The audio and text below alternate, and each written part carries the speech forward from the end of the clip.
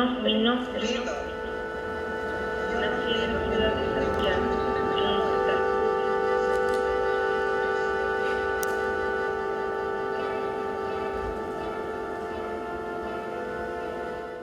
Mi nombre es Lorena Hurtado Escobar y trabajo actualmente en el Departamento de Danza de la Universidad de Chile como productora y como académica.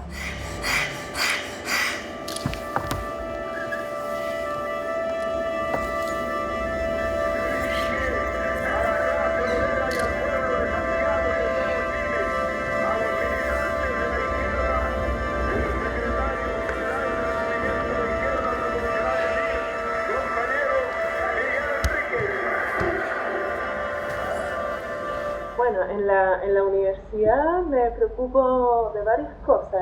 En el área de la producción, soy la encargada de producir de manera ejecutiva en general, por ejemplo, los coloquios que se hacen hace bastante años, el coloquio Bajo la Mesa Verde.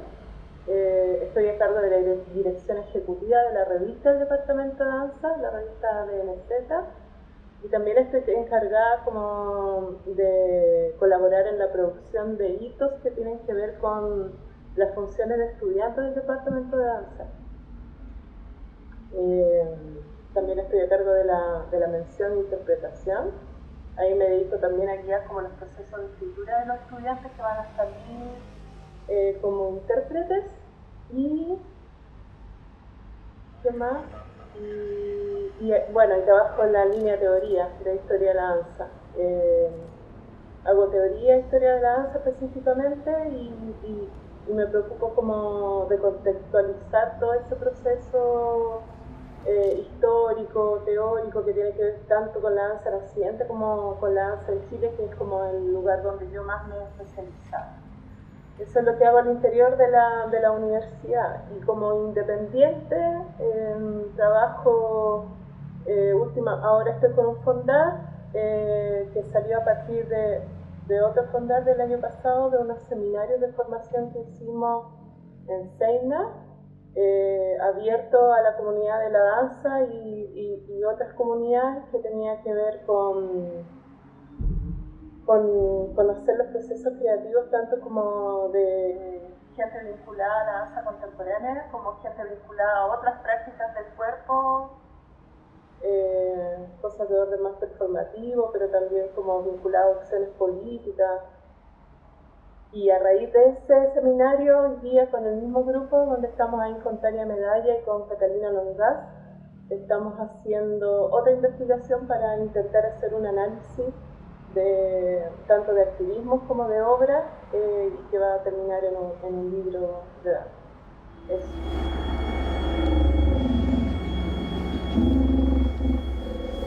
Je déclare ouverte la 2096e séance plénière de l'Assemblée générale. L'Assemblée va attendre ce matin une telle déclaration du président de la République du Chili. J'ai pris le chef du protocole de bien vouloir introduire son Excellence, Monsieur Salvador Allende, dans la salle de l'Assemblée. Mira, el impulso creativo partió hace muchos años, bueno, cuando era intérprete, cuando bailaba en compañías independientes en los 90, yo creo que siempre está como ese impulso creativo. Y una de las primeras obras que hice fue después de haber terminado procesos, de haber trabajado para compañías, trabajé para dos compañías que fueron bien importantes en los 90, trabajé con La Vitrina, que hoy día es un colectivo de arte, y trabajé con las que trabajé, digamos, como tiempo, porque uno siempre está un poco trabajando y apoyando otros procesos de otras coreógrafos, y trabajé también con el Gran Circo Teatro. Y tanto la experiencia de la danza como la experiencia del teatro, y también un cierto agote de trabajar en ciertas estructuras que en algún momento dejaron de acomodarme, me llevaron a crear, y una de las primeras creaciones que hice fue el año 2000, junto a Leonora Coloma, que hicimos un trabajo basado en torno a un discurso de Salvador Allende ante la Asamblea de las Naciones Unidas. Siempre me pasaba en esa época me pasaba mucho que me preguntaba muchas cosas respecto del proceso de lo que hoy día llamamos con más distancia, o ya hace rato, como de la transición a la democracia. Y había algo que yo sentía que todavía no estaba muy abordado, que no estaba muy comprendido de lo que había significado un proceso como fue el golpe de Estado. Y siempre fui muy consciente de las consecuencias que había implicado ese golpe en nosotros como sociedad.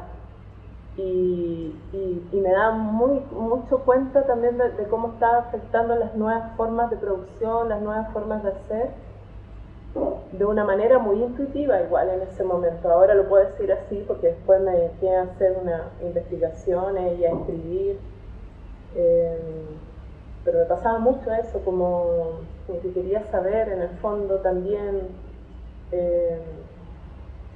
Y nada, pues, y el primer abordaje fue así, a través de un discurso, tratamos como de deconstruir ese discurso, como de interpelar ese discurso que hace Salvador Allende ante la Asamblea de las Naciones Unidas el año 1972, donde habla de un país muy utópico, que en ese momento de todas maneras no estábamos viendo ni asistiendo a él, y nos preguntamos dónde y cómo esa realidad podría aparecer. Esa era como la pregunta que surgió.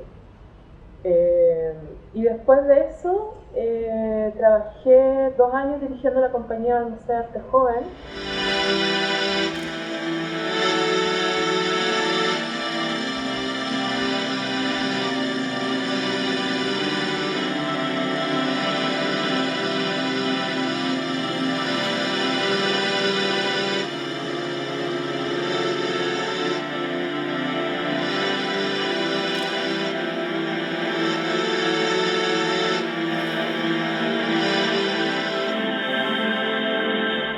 Entré a trabajar a la Universidad de Arcis, a hacer clases primero de improvisación, de composición, y al pasar de los años, alrededor del año 2005, nos encontramos, y persistía esta idea también de investigar en torno a la historia y a la danza, y en ese tiempo se organizó por primera vez el área de danza del Consejo Nacional de la Cultura, donde surgió la revista Impulso, que era una revista que empezó a levantar bastante información que no se conocía en ese momento respecto de coreógrafos, respecto de maestros, respecto de escuelas, y empecé a hacer como por un llamado que se me hizo por el área de danza, recopilar información como para levantar una historia de danza, pero ese proyecto no resultó. Pero más tarde me junté y me encontré con Gladys Alcaíno, que por un lado nos presentó Paulina Mellado, por otro lado nos presentaron desde el área de danza de ese momento, y decidimos escribir, hacer un proyecto que levantara como las historias, fundamentalmente como las memorias y los relatos en primera persona de los coreógrafos chilenos que en ese momento no se conocía mucho. Entonces tuvimos que partir desde Patricio Bunster en adelante. Tuvimos la fortuna de poder entrevistar a Patricio antes de que falleciera en el año 2006. Lo entrevistamos en 2005 y entrevistamos a los que hoy día se reconocen como los pioneros de la danza moderna y la danza contemporánea en Chile.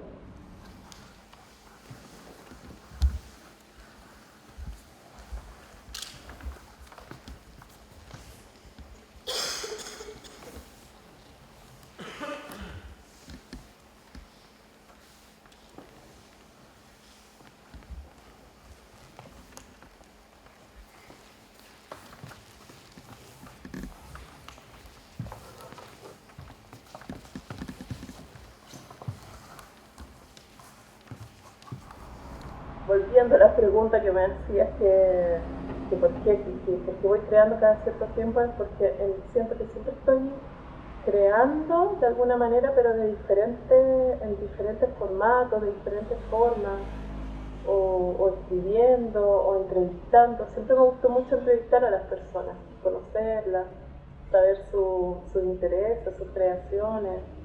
El ser humano me genera mucha curiosidad en general, como también para entenderme yo un poco, ¿no? Como con respecto a cómo se van constituyendo, y sobre todo las personas que tienen obra y que son creativas, también tenía que ver con mis intereses creativos. Y entre medio me pasaba también que veía en la ANSA, como también en algún momento les pasó a ustedes cuando empezaron a trabajar con Danza al Borde, que había muy pocos espacios de circulación también para los creadores y para las creadoras de ese tiempo.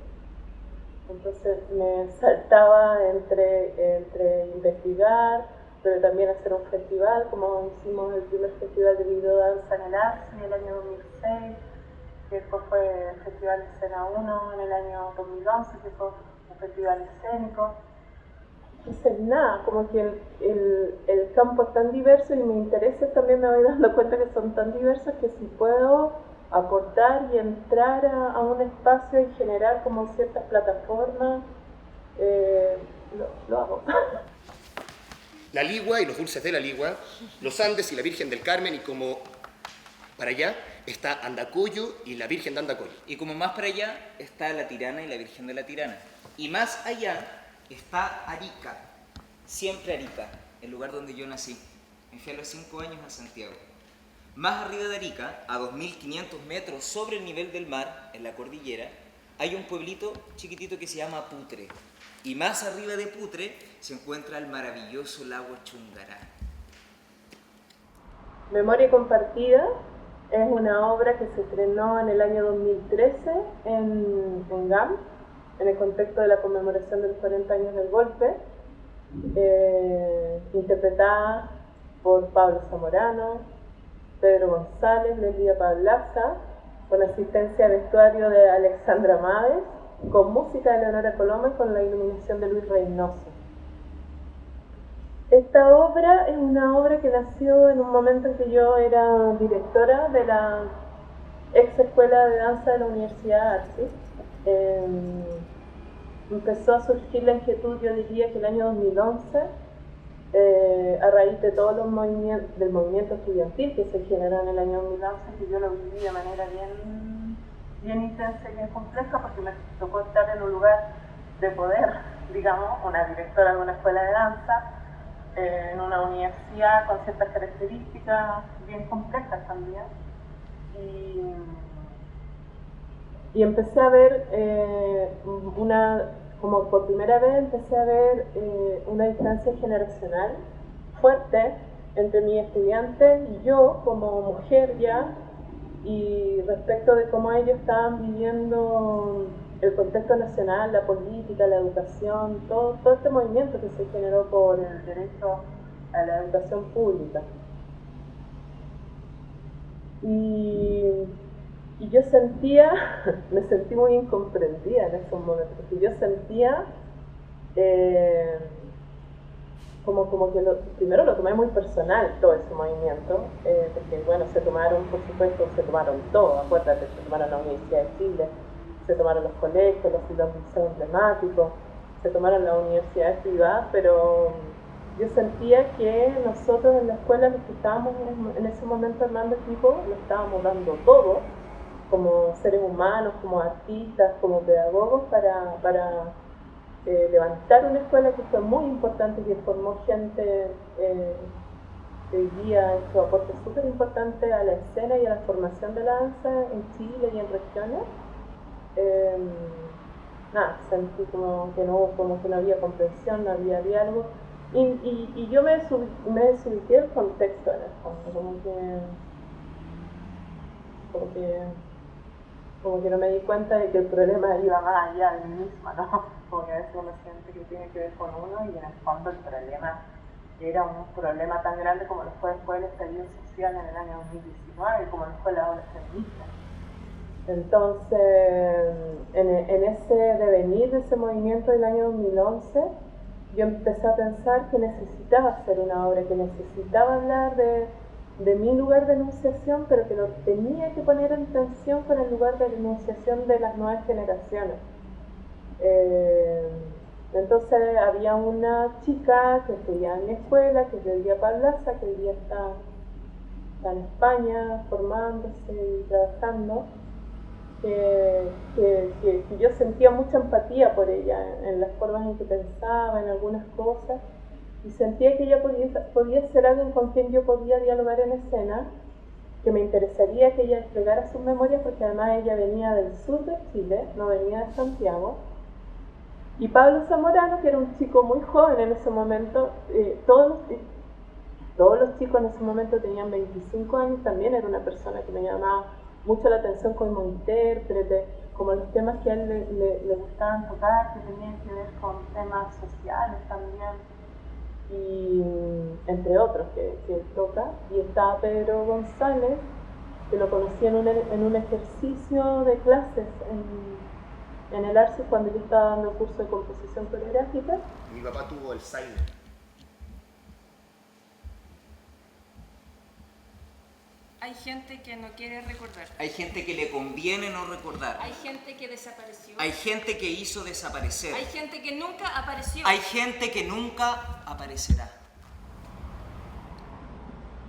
Y simplemente un día los llamé y les dije que tenía un interés de hacer una obra donde pudiéramos compartir, tensionar recuerdos, memorias, puntos de vista respecto de cómo ellos como sujetos y sujetas están percibiendo todo este movimiento, de dónde venía, y también yo mostrar como un contrapunto, si es que era un contrapunto, si llegábamos a ciertos lugares comunes respecto de los relatos que se estaban construyendo, y empezamos a trabajar ahí en el ARCI, a ensayar. Estuvimos trabajando prácticamente todo el 2012.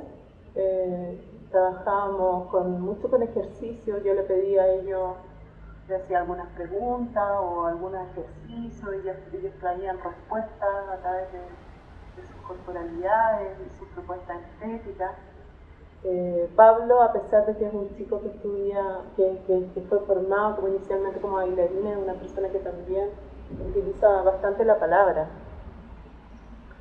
Y Pedro, que era actor, también utilizaba bastante la palabra. Entonces, los materiales que se fueron desplegando en el proceso, fue apareciendo mucho la palabra, y fuimos armando una especie de escenas que tenían que ver con ir a un momento histórico que para mí es determinante, que lo fue, y que también lo asignamos como determinante con Gladys cuando hicimos el libro Retrato a la Danza Independiente, que fue nuestro primer libro, que el golpe de Estado atravesó todo en nuestra vida, en nuestras generaciones y nuestros modos de producción de ahí en adelante. Hubo un cambio muy significativo históricamente. Entonces, todo se incidió, bueno, neoliberalismo. Nosotros estamos cruzados por la experiencia neoliberal, que es tremenda y que ya ha atravesado nuestros cuerpos, nuestras formas de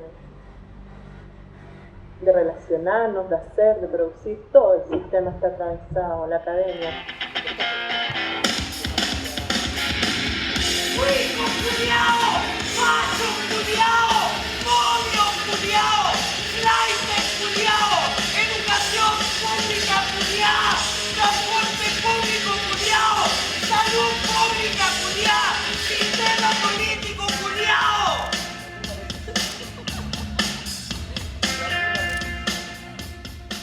Bueno, es que lo que pasa es que yo siento que yo les transmití bastante mi emocionalidad con respecto en el proceso, porque partimos con el golpe de Estado y revisamos muchas cosas. O sea, lo primero que hicimos como paso inicial fue ir al Museo de la Memoria. Y el Museo de la Memoria, no sé si lo has visitado, me imagino que sí, pero es un lugar que está cargado de mucho dolor, de mucha emocionalidad, de muchos relatos que tienen que ver con la desaparición, que tienen que ver con la tortura. Aparecen cartas de niños que le escriben a sus papás que están presos, que están desaparecidos. Es un lugar donde uno se encuentra con un contexto histórico de mucho dolor. Y entonces cuando llegamos de esa visita, nos pusimos a ver la batalla de Chile, de Patricio Guzmán. Vimos también el botón de Nácar, también de Patricio Guzmán. vimos varios documentales, en este momento no me acuerdo mucho, porque a veces ellos veían en particular algunas cosas. Leímos parte del informe Valech, me acuerdo, vimos todo lo que significó las listas de los centros de tortura que en un momento se van enumerando en la obra. Y eso nos ayudó mucho a construir como la primera escena, que tenía que ver con cómo ellos, a través de su corporalidad, registraban estos momentos de haberse encontrado con estas primeras imágenes, y se construyó la primera escena que evoca, sí, directamente la época de los 60, 70, que también hace una evocación como al momento previo de todo lo que significó esta utopía socialista que se vino construyendo durante todos los 60, no solo en Chile, sino que también en Latinoamérica. Y la Eleonora Coloma, que es una compositora genial,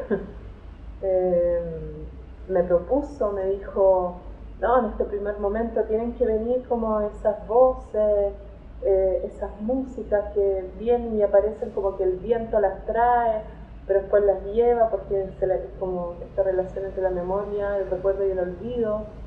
Entonces aparecen fragmentos del discurso de Salvador Allende, aparecen fragmentos del poema de Gabriela Mistral, aparece la primera música que aparece, una música de los Billys, que también recuerda como toda esa tensión que vivimos durante la dictadura, que era como todo este mundo de la música vinculada a la que se llamó como la música disco, que nosotros vivíamos y bailábamos en las fiestas cuando éramos chicos, mientras estábamos en estado de sitio y mientras estábamos bajo dictadura.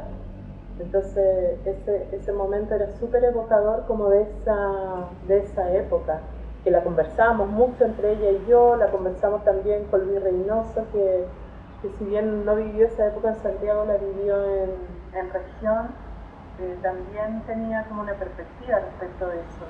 Y los chicos también a través de los relatos de sus padres, porque finalmente empiezan a aparecer ahí relatos que no tienen tanto que ver con las propias vivencias, pero sí tienen que ver con la vivencia de las familias que van marcando, y que van, algunas personas lo llaman como lo transgeneracional, como esos dolores o esos traumas o esos modos que cada familia tiene, se van transmitiendo de generación en generación, sobre todo cuando son familias que estuvieron muy vinculadas a movimientos de izquierda o en otros casos a lo mejor no tanto, pero que tenían una sensibilidad social respecto a lo que pasó. Punta Arenas, Puerto Natales y la Cueva del Milodón, Torres del Paine, el último puma, el último huemul, el último cóndor.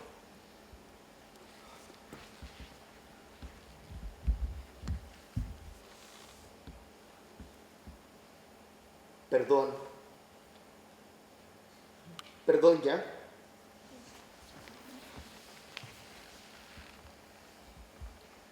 Tierra del fuego que extraña a Lola Kepcha, a Rosa Yagán, a los pueblos del mar.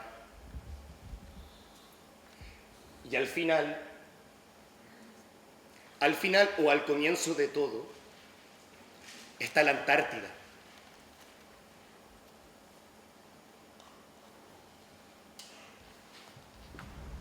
Y después la segunda escena, que es una escena donde hacemos un mapa, esa propuesta la trajo directamente Pedro, se puso a dibujar como un pedacito del mapa y nos gustó mucho, fue como, oh, qué bonito, si hacemos todo el mapa de Chile.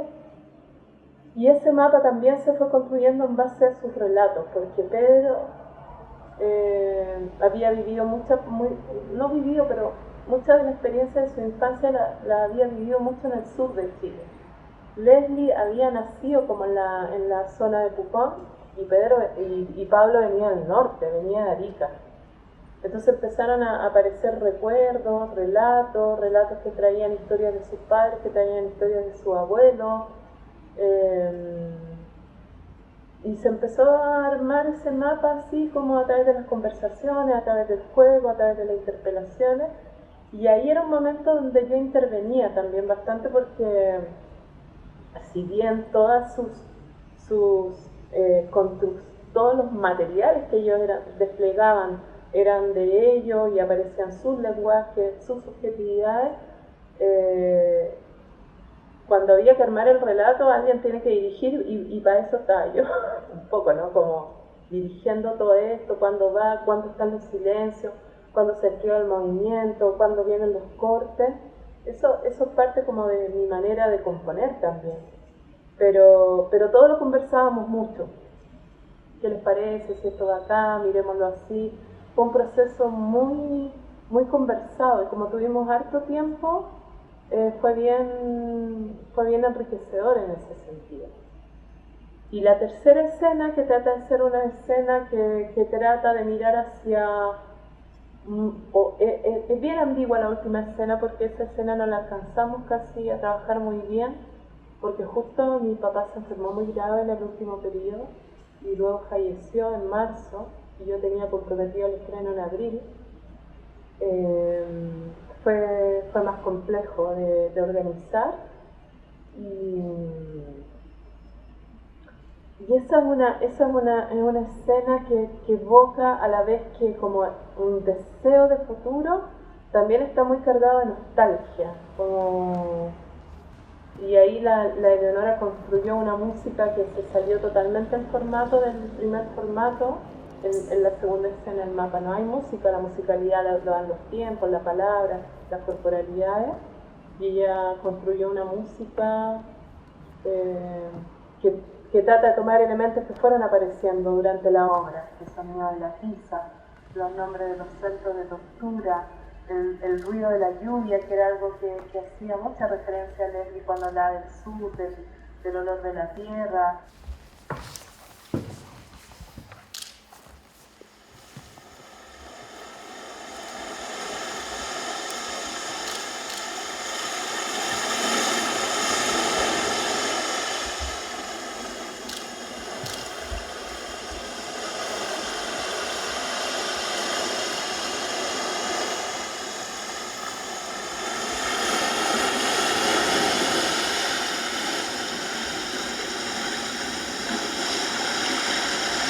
En el caso de la iluminación, nada, ¿qué te puedo decir? Pues trabajé con uno de los mejores iluminadores de este país, según mi criterio, y una persona con la que además fuimos pareja durante muchos años, entonces yo creo que los códigos como de referencia respecto de lo que yo deseaba poner en escena y lo que él como iluminador también deseaba aportar, no tenían mayor conversación, digamos, como que Luis es una persona súper intuitiva, súper creativo, tiene mucha experiencia, entonces para la primera escena, claro, él me decía, mira, a mí me parece que acá tal cosa, porque evoca como este tiempo más oscuro, más sombrío, que tiene que ver con un recuerdo que no se logra ver. Teníamos, bueno, como él también tenía bastantes equipos, podíamos trabajar con esas luces que al principio van dejando como marcas y huellas, que son estos rectángulos dados por los elipsoidales y por el humo, que el humo va generando como esa sensación de algo que viene como de un recuerdo, no sé, como de otro lugar, algo fantasmal también. Y la escena de la segunda escena, que es la escena del mapa, él decidió dejar la luz abierta todo el rato y que no hubiese mayores cambios, fundamentalmente porque es una escena que tiene como un solo guión. Yo creo que hay dos momentos que tienen quiebres, que son la escena donde sale esta canción de Kurt Cobain, El espíritu adolescente, donde Pablo Zamorano sale a gritar en contra de todo, evocando un poco el momento de estos movimientos de 2011. Y él construyó un mapa precioso con los elipsoidales cuando empezamos a borrar, cuando los mismos intérpretes empiezan a borrar ese Chile que está construido con sus propios cuerpos y que ellos mismos construyen y borran por el deseo de imaginar otro país, y se empieza a armar este mapa con los feudales que después vuelve a ser borrado por el gesto que hace Pedro cuando se saca la camiseta y lo borra y el mapa se mancha de rojo, que son momentos preciosos. Yo creo que eso fue mirada de él fundamentalmente, conversaba conmigo, propuesta conmigo, pero él es una persona nada que ver.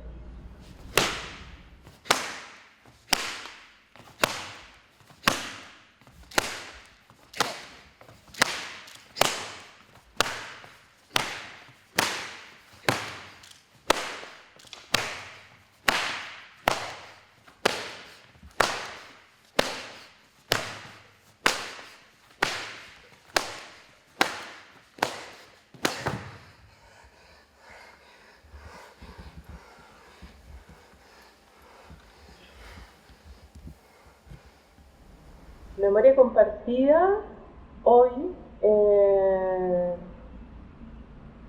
si bien mantiene algunos relatos y algunas formas de cuando fue montada el año 2013, sin duda en estos casi 12 años de distancia, 11 años de distancia, cambia. De hecho, cuando nosotros montamos, las 3 veces que montamos Memoria Compartida, primero en el GAM, en Matucana y luego en Danza al Borde, en el mapa siempre iban apareciendo otros elementos contextuales. El mapa era algo bien interesante porque permitía hacer referencia a hitos que estaban aconteciendo tanto en términos artísticos como políticos como sociales, tanto de la localidad como fuera. De hecho, nosotros hicimos una residencia artística en Nave el año 2017-2018, donde solamente trabajamos a partir del mapa para pensar en nuevos imaginarios. Y nada, hoy día sería un mapa que está atravesado por hitos como lo que está pasando con el pueblo palestino, con el genocidio, todo lo que ha pasado post estallido social, que en Chile generó una emergencia muy fuerte de muchas cosas, pero como hablando estrictamente como de lo corporal, de muchas corporalidades y muchas formas de expresarse a través del cuerpo que para mí por lo menos eran bien desconocidas y que emergieron con una fuerza que de alguna manera a mí me removieron mucho y que provocó que estos seminarios que hicimos con nuestras compañeras que te comentaba, quisiéramos dialogar y conocer mucho más de lo que estaban haciendo los activismos desde diferentes lugares y cómo también eso interpela las propias formas en que nos hemos ido como situando en la academia. Creo que daría cuenta también de un mapa que nuevamente se va moviendo, se va deconstruyendo, no deconstruyendo necesariamente, pero donde para mí las marcas de la dictadura todavía están presentes. El año pasado cumplimos 50 años del golpe de Estado y todavía no cesa el paradero de muchos asesinados y detenidos desaparecidos, y eso es lamentable para muchas familias y para gran parte de nuestra sociedad. Sigue en evidencia la ruptura del tejido social, pero a la vez, a partir del 2019, insiste también del movimiento feminista, la emergencia de ciertas pulsiones que generan que la gente quiera estar juntas. Se han armado muchos colectivos, yo me he acercado mucho, por ejemplo, al colectivo Cueca Sola, que ha sido una experiencia muy bella también de resignificar los dolores y de asumir otras formas de agenciamiento con respecto a lo que significó la dictadura y nada, como muchas cosas en realidad que van emergiendo y que están ahí apareciendo y donde para mí, desde mi perspectiva, son los síntomas del sistema neoliberal que estamos todos en el que estamos todos sumergidos de alguna manera, pero mucha gente muy consciente de lo que eso se ha significado y que está pulsando porque eso no nos arrebate el derecho al goce, a la felicidad y a vivir la vida cotidiana de una manera dentro de lo posible más grata y más amorosa, como dicen también las chicas que están más vinculadas a los movimientos feministas. Soy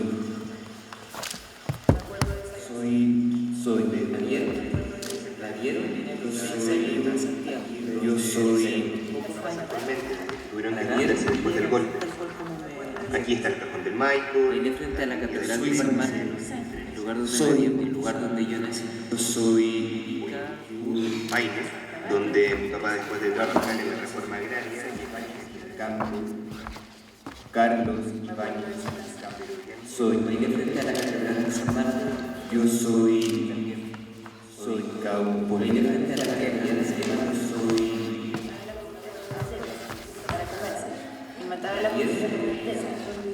El lugar donde yo nací. yo soy... Sí, también. El lugar donde yo nací.